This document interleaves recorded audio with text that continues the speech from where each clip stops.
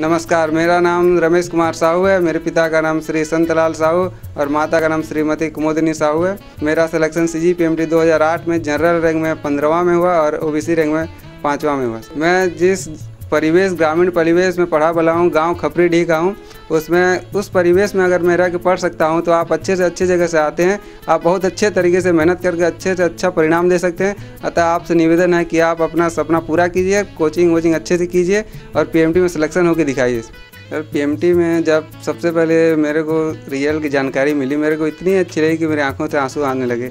मैंने बहुत अच्छा लगा सर मेरे को। मेरे मम्मी पापा, मेरे परिवारजन, बड़े पिताजी श्री श्यामलाल साहू, श्री विक्रम साहू, सब इकट्ठे हो गए, एकदम पार्टी करने लगे जब रिजल्ट निकला। तो सर, जब मैंने सफलता प्राप्त करने से पूर्व मेरे को मैंने स्टूडेंट थे, जो सिलेक्टेड स्टूडेंट थे, उन लोगों के जो स्टार ऑफ वीक में जो सदैवा में लगता था, उनका मैंने फ़ोटो देख के हमें बहुत उत्साह आता था सर। उन लोगों को देख के बहुत मोटिवेशन होता था, जिसके कारण हमें बहुत फ़ायदा मिला। पारिवारिक पृष्ठभूमि का तो थोड़ा बहुत फ़र्क पड़ता है।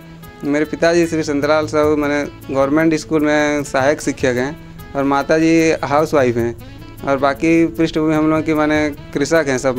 पारिवारिक भी अच्छी है सर। नहीं, हमारे घर से, हमारे गांव से यहाँ तक आज तक कोई MBBS नहीं कर पाया। मैं ही सर्वप्रथम हूँ हमारे गांव का सर। जब मेरा तीसरा प्रयास था सर, उसके पूर्व मैंने सर पहले ही प्रयास में डेंटल कॉलेज में दाखिला ले लिया था।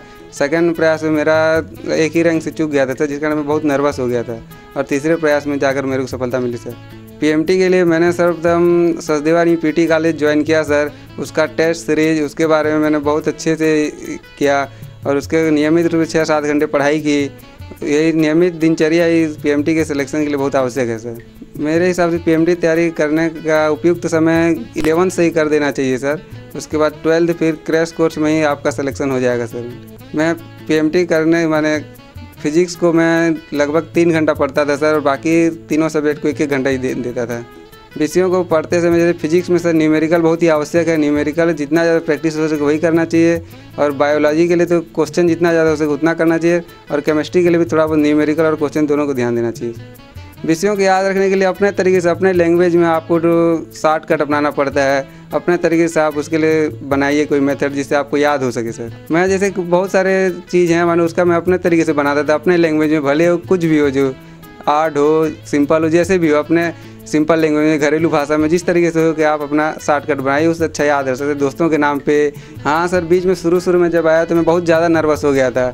जब जैन सर से मिलने गया तो उनका उदाहरण सर मेरे को इतना अच्छा लगा कि उन्हीं से मेरे को बहुत ज़्यादा मोटिवेशन आया, और उन्हीं के कारण मैं बहुत आज सफल हो पाया सर। मेरी सफलता में तो सबसे पहले सर मेरे माता पिता का बहुत ज़्यादा योगदान है सर। उनके योगदान के बिना तो मैं असफल ही नहीं हो पाता। जिस तरह से उन्होंने अपना ध्यान दिया मेरे को, जिस तरीके से ये क्या 1-1 नंबर से चूक जाता, जिस तरह उत्साह बढ़ाया, इसके साथ मेरे परिवारजन और मेरे श्री डायरेक्टर श्री चिरंजीव जैन सर, उनका बहुत बड़ा योगदान है सर। माता पिता का तो शायद जितना योगदान है उसको तो बखान नहीं कर सकता सर। बहुत ज़्यादा योगदान है, उसके बारे में बोल ही नहीं सकता, तो बहुत ज़्यादा योगदान है सर।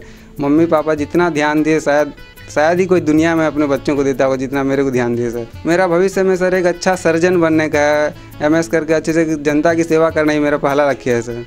मैं उनको ये संदेश देना चाहता हूँ कि आप जैसे तैयारी करते हैं तो नियमित रूप से अपना टाइम टेबल बना लीजिए। कोई अच्छी कोचिंग ज्वाइन कर लिए।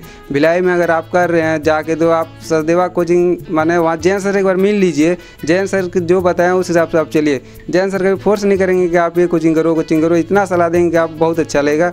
आप अच्छा कोचिंग ज्वाइन कीजिए, नियमित रूप से पढ़िए, नियमित रूप से नोट्स बनाइए, इससे आपको सफलता अवश्य मिलेगी। सचदेवा कॉलेज का योगदान सर बहुत अच्छा रहा। वहाँ के फैकल्टी, वहाँ के नोट्स बहुत ज़बरदस्त हैं, और वहाँ के टेस्ट सीरीज तो शायद ही इंडिया में बहुत अच्छा, मध्य भारत में ही सबसे अच्छा टेस्ट सीरीज है वहाँ का।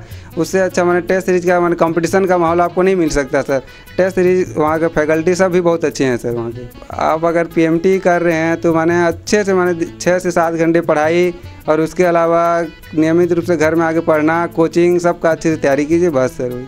रमेश कुमार साहू का पिता श्री संतलाल साहू शुरू से ही जानता था कि रमेश एक होनहार लड़का है, प्रतिभावान है, मेहनती है, और जहाँ कोचिंग किया आपके सचदेवा कोचिंग सेंटर से, वहाँ के जैन सर जी और जितने भी प्रोफेसर्स हैं, लेक्चरर्स हैं या टीचर्स हैं, इन्होंने अच्छा मार्गदर्शन किया इनका, और जिसके कारण से आज रमेश का चयन CGPMT में अच्छे रैंक पर हुआ है। इसके लिए मैं सदैवा कोचिंग सेंटर को धन्यवाद देना चाहूँगा और मैं उनका आभार व्यक्त करना भी चाहूँगा। जब मुझे पता चला कि रमेश का चयन 15वां अंक नंबर पर है तो मुझे बहुत खुशी हुई और मैं ये जानकर भी बहुत आनंदित हुआ कि यदि अच्छे कोचिंग सेंटर से कोई कोचिंग ले और ऐसे तैयारी करे तो सफलता निश्चित रूप से हाथ लगती है और रमेश कुमार ने यह करके दिखाया, हमें बहुत अच्छा लग रहा है। CGPMT में चयन है मुझे बहुत खुश हुआ। सदैवा कॉलेज के बारे में आप क्या बोलूँगा, आभारी हूँ, आपको धन्यवाद देता हूँ। रमेश मेरे से मेरा छोटा भाई है जो कि हमारे गांव का गौरव बढ़ा दिया है। बहुत खुशी लग रही है। सरायपाली इतिहास में 15वां रैंक का पहली बार आया है और वो हमारे गांव में पहला MBBS बना है। मेरे मामा जी का MBBS में चयन हुआ है। मैं भी आगे चल के सदैवा कॉलेज में पढ़ूंगा और मेरे मामा जैसे अच्छा डॉक्टर बनूंगा। सवारे जिंदगी को